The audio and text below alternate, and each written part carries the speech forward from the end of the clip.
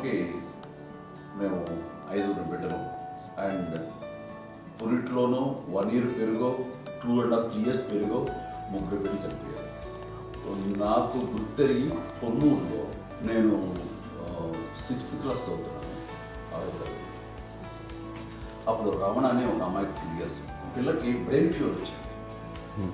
ప్రభుత్వ ఆసుపత్రి పొన్నూరులో ఆ పిల్లని చేర్పించినప్పుడు 2-3 days అయిన తర్వాత ఒక బ్యాడ్ న్యూస్ వినాల్సి వచ్చింది. ఏం చేయాలో తెలియదు.